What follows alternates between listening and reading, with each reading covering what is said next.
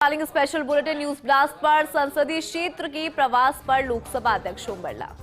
Speaker Birla ने कोटा बूंदी में railway projects की प्रगति की समीक्षा की। डीआरएम ने दी कोटा डकनिया रेलवे स्टेशन के पुनर्विकास सहित अन्य कार्यों की जानकारी। स्पीकर बिरला ने कोटा रेलवे स्टेशन और परिसर का निरीक्षण किया। बिरला ने अधिकारियों को आवश्यक दिशा निर्देश दिए हैं। कहा, यात्रियों की सुरक्षा का ध्यान रखते हुए समय पर निर्माण कार्य पूरा करें।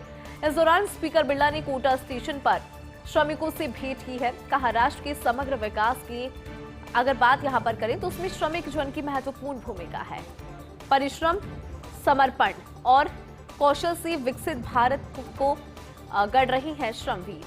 स्पीकर बिरला की ओएसडी राजीव दत्ता, डीआरएम अनिल कालरा भी इस दौरान मौजूद रहे। आपको जानकारी दे दें कि बिरला ने कोटा स्टेशन पर श्रमिकों से भेंट भी की। उन्होंने कहा कि राष्ट्र के समग्र विकास में श्रमिक जीवन की महत्वपूर्ण भूमिका होती है। परिश्रम, समर्पण और कौशल से विकसित भारत को गढ़ रही है श्रमवीर। स्पीकर बिरला की ओएसडी राजीव दत्ता, डीआरएम अनिल कालरा भी इस दौरान रहे मौजूद।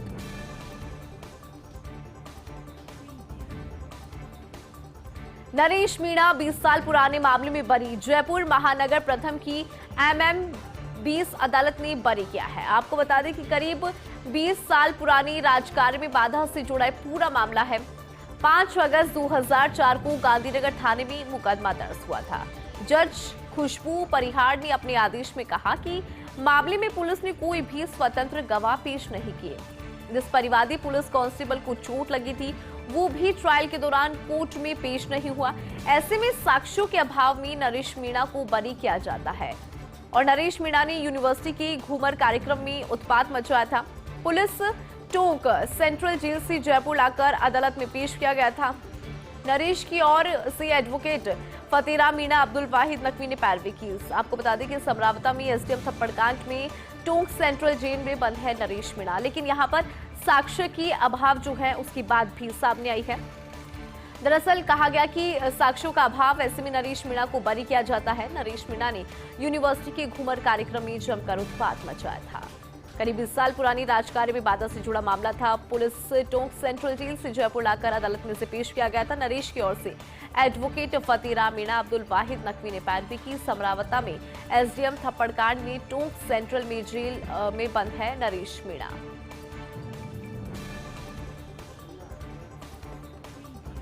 राजस्थान की सरकारी दवा कंपनी आरडीपीएल के फिरेंगे दिन। मुख्यमंत्री भजनलाल शर्मा का बजट घोषणाओं की क्रियान्विति पर पूरा फोकस है। चिकित्सा विभाग ने कंपनी को पुनर्जीवित करने के लिए कवायद को शुरू किया है। देखिए, आरएमएससीएल एमडी ने कंपनी का निरीक्षण कर लिया।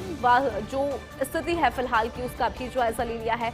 आरडीपीएल परिसर में स्थापित मशीन और अन्य उपकरणों की स्थिति को देखा है। देनदारियों, वित्तीय प्रावधान एवं कार्मिकों की जानकारी उपलब्ध करवाने के निर्देश। न्यायालय में विचाराधीन प्रकरणों की भी रिपोर्ट मांगी गई है। नेहा गिरी ने वर्ष 2016 में आरडीपीएल में हुई आगजनी की घटना की रिपोर्ट मांगी। जल व विद्युत आपूर्ति, बायोमेडिकल वेस्ट और भंडारण के स्थानों का भी निरीक्षण किया। तो ये महत्वपूर्ण जानकारी इस वक्त की आपको दे रही है। दरअसल देखिए, जायजा यहाँ पर ले लिया गया है और कहीं ना कहीं कहा जा रहा है कि अब जो इसकी तस्वीर है वो बदलेगी। राजस्थान की सरकारी दवा कंपनी है आरडीपीएल, जिसकी तस्वीर बदलती हुई नजर आएगी। मुख्यमंत्री भजनलाल शर्मा का जो बजट घोषणाओं के ऊपर फोकस है वो नजर आता है। ऐसे में चिकित्सा विभाग ने कंपनी को पुनर्जीवित करने के लिए कवायद को शुरू किया है। आरएमएससीएल एमडी ने कंपनी का निरीक्षण कर लिया, जायजा ले लिया है। आरडीपीएल परिसर में स्थापित मशीन और अन्य उपकरणों की स्थिति को देखा। देनदारियों, वित्तीय प्रावधान एवं कार्मिकों की जानकारी उपलब्ध करवाने के निर्देश हुए। न्यायालय में विचाराधीन प्रकरणों की भी रिपोर्ट मांगी गई।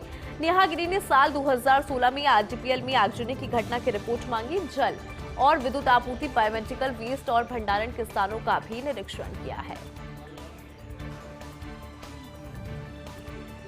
पूर्व मंत्री प्रमोद जैन भाया को राजस्थान हाईकोर्ट से बड़ा झटका। भाया और उनके समर्थकों के खिलाफ दर्ज एफआईआर रद्द करने से हाईकोर्ट का इनकार। प्रमोद जैन भाया सहित अन्य की ओर से दायर 11 याचिकाएं हाईकोर्ट ने खारिज की है।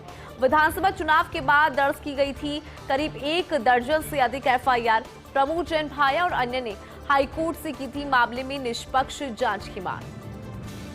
सभी मुकदमों की एक साथ आईपीएस अधिकारी से जांच कराने की गुहार लगाई थी। राजस्थान हाईकोर्ट ने आईपीएस स्तर के ही एक अधिकारी से जांच जांच से भी किया इनकार। प्रमोद जैन भाया सहित सभी को 10 दिन में पुलिस के समक्ष पेश होने के आदेश। प्रत्येक एफआईआर में अलग अलग जांच में शामिल होना होगा। पूर्व मंत्री को राज्य सरकार की ओर से अतिरिक्त महाधिवक्ता मनोज शर्मा ने याचिकाओं का विरोध किया। तो पूर्व मंत्री प्रमोद जैन भाया को राजस्थान हाईकोर्ट से बड़ा झटका, याचिका यहां पर खारिज हुई है। आगे बढ़ेंगे। इंडियन एक्सप्रेस में शशिर थरूर का जो लेख है उसका जिक्र कर लेते हैं। Hit hard hit smart. Pahalgam के बाद नागरिकों में पैदा हो रही आक्रोश को थामने की जरूरत। आतंक के खिलाफ होनी चाहिए नपीतुली आक्रामकता, साथ ही होने चाहिए ऐसे तरीके जिससे ऐसी गतिविधियों पर लगाम लगे।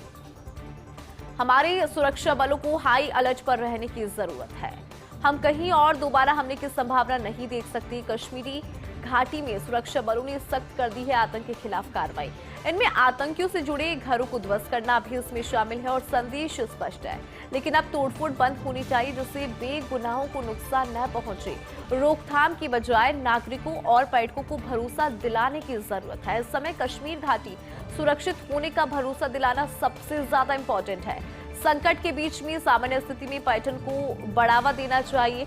तिरुवनंतपुरम से कांग्रेस की लोकसभा सांसद है शशि थरूर, जिनका इंडियन एक्सप्रेस में जो लेख है हिट हार्ड हिट स्मार्ट, उसका हम जिक्र कर रहे हैं।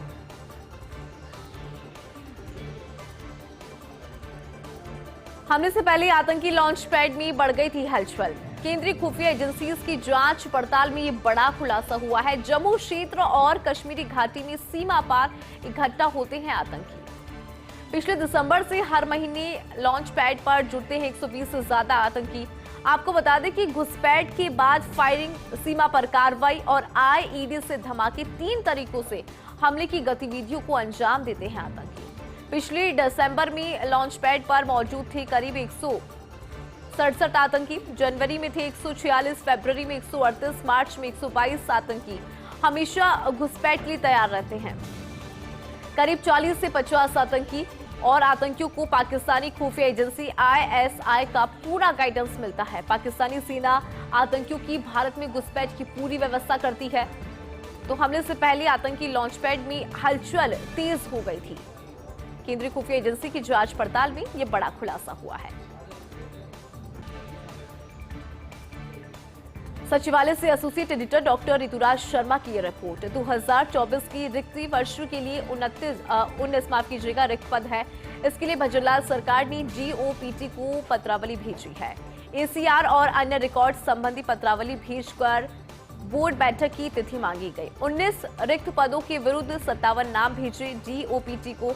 1997 बैच के डॉक्टर राकेश कुमार शर्मा, नवनीत कुमार, सुखवीर सिंह सैनी, जसवंत सिंह, हरफूल सिंह यादव, राजेश वर्मा, महेंद्र कुमार खींची, सुरेश चंद्र, अजीत सिंह राजावत, अवधेश सिंह, राकेश शर्मा, जगवीर सिंह, ब्रजेश कुमार चांदोलिया, डॉक्टर हरसहाय मीणा के नाम शामिल है। 1998 बैच में जुगल किशोर मीणा, ललित कुमार, डॉक्टर शिव प्रसाद सिंह, मेघना चौधरी भी शामिल है। तो वहीं ओम प्रकाश तृतीय या राजेश सिंह में से एक होंगे सूची में शामिल। अब बोर्ड बैठक में होगा 19 नामों का अनुमोदन। फिर डीओपीटी राज्य सरकार के अनुमोदन के बाद जारी हो जाएंगे आदेश।